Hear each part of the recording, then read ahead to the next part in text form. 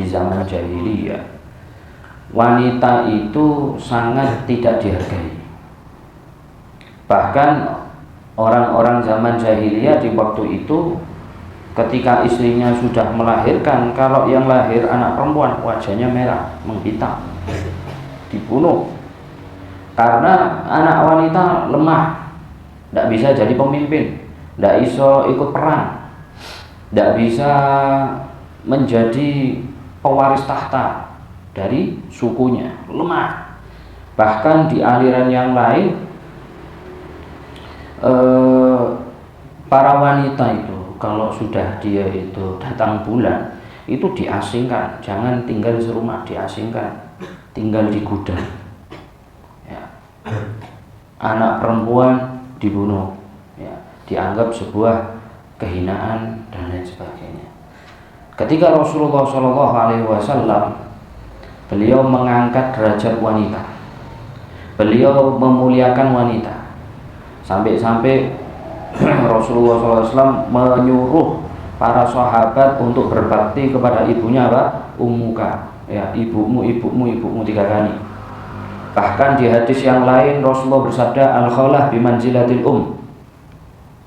saudaranya ibu, bibi itu kedudukannya sama kayak ibumu sendiri, dihargai.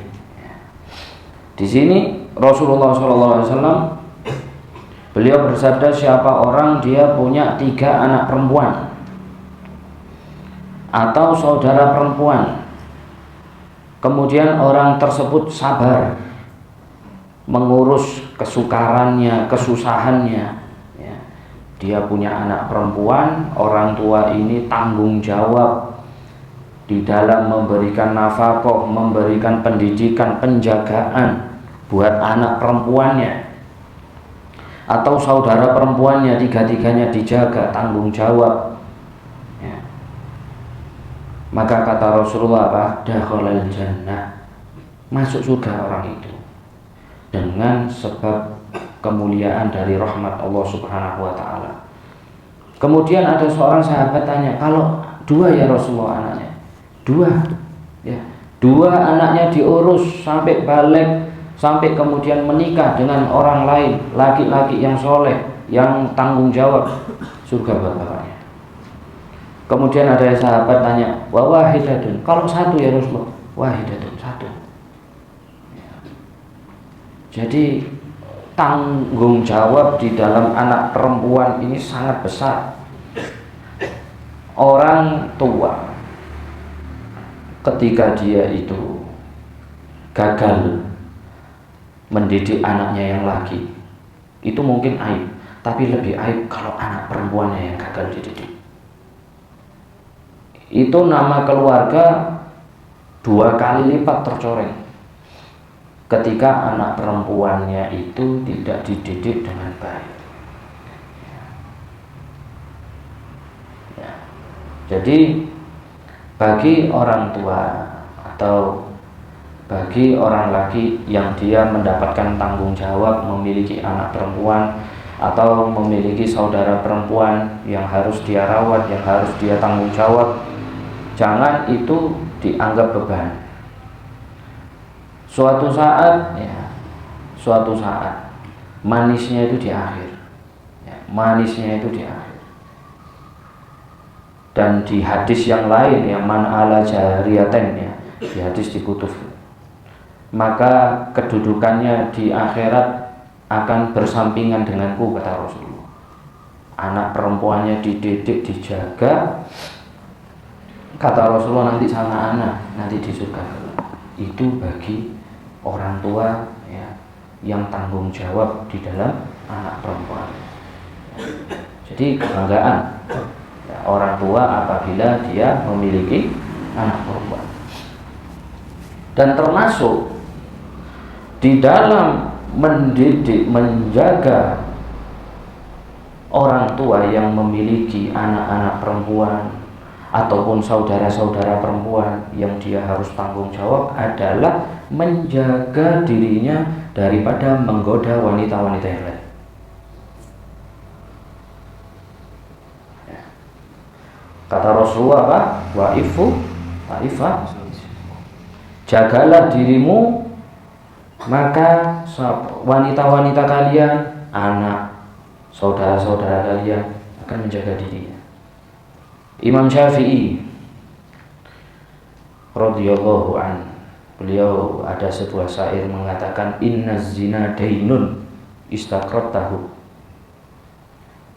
kana wafa min ahli baitika fa'jami. Zina itu utang, kata Imam Syafi'i. Zina itu utang. Siapa yang bayar? Keluarkan, fa'lami, ketahuilah. Ya. Hati-hati. Man lam yastati minkum al-ba'a falyuhafid ala banatil muslimina wala yal'ab ma'ahunna. Orang kalau tidak bisa menikahi seorang wanita,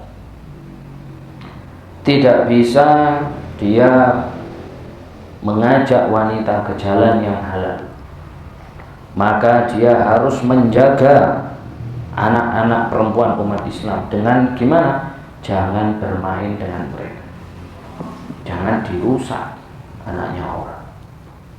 Ingat, kalau kita kelak pengen punya anak yang terjaga, kepengen punya anak yang menjaga dirinya daripada orang-orang laki lain, hari ini kita menjaga diri kita untuk tidak mengganggu wanita-wanita lain. Na'udzubillah. Ada sahabat, dia masuk Islam, cuma kata sahabat ini, yang saya tidak bisa itu Rasulullah adalah berzina. Kemudian Rasulullah bilang gini kepada sahabat ini, saya mau tanya, ketika kamu berzina dengan wanita-wanita lainnya, kira-kira kalau ibumu dikumpuli oleh wanita lain, marah atau tidak? Wah, marah ya Rasulullah. Saudara-saudaramu diajak berzina oleh orang-orang lain, kira-kira gimana perasaan? Marah ya Rasulullah. Anak-anakmu diajak berzina sama orang lain, kamu marah apa enggak? Marah ya Rasulullah. Begitu juga perasaan orang lain apabila keluarganya digitukan oleh. Jadi hati-hati. Kita yang tidak kena imbasnya, tapi yang na'udzubillah yang kena imbasnya itu saudara perempuan kita yang ada di antara kita. Pikir-pikir dua kali. Pikir-pikir dua kali. Adapun kalau dari si pihak wanitanya yang mengganggu, jadi wanitanya yang mancing-mancing, ya. Tahu-tahu ada perempuan inbox di Instagram, Assalamualaikum akhi, ketika saya melihat postinganmu wahai akhi, saya siap menjadi makmummu. Sekut jago.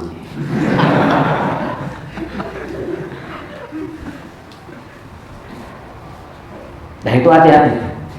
Itu hati-hati. Inna kaidahunna atimah. Ya. Jadi ranjau yang dibungkus dengan berkat, luarnya menarik tapi dalamnya membahayakan. Hati-hati, jaga. Ya. Mikir-mikir ketika ada orang senang sama seorang wanita, ada keinginan untuk menjalin hubungan, pikir-pikir, kita suatu saat bakal punya anak perempuan, kira-kira kalau ada orang laki yang ganggu gimana? Pikir-pikir seperti itu. Pikir-pikir, hati-hati. Imam Syafi'i bilang, hukum karma loh ini. Keluarga kita yang bakal akan bayar nanti apa yang telah kita perbuat terhadap wanita-wanita lain. Rasulullah sudah memuliakan wanita, sampai-sampai di dalam Al-Quran ada surat khusus An-Nisa. Jangan sampai kita yang sebagai pengikutnya, yang mengaku sebagai yang melanjutkan dakwah dari beliau terus merusak apa yang sudah dibangun oleh Rasulullah SAW. Ya. Kalau ada yang goda, kita harus jaga diri, jangan sampai terperosok ikut. Alhamdulillah.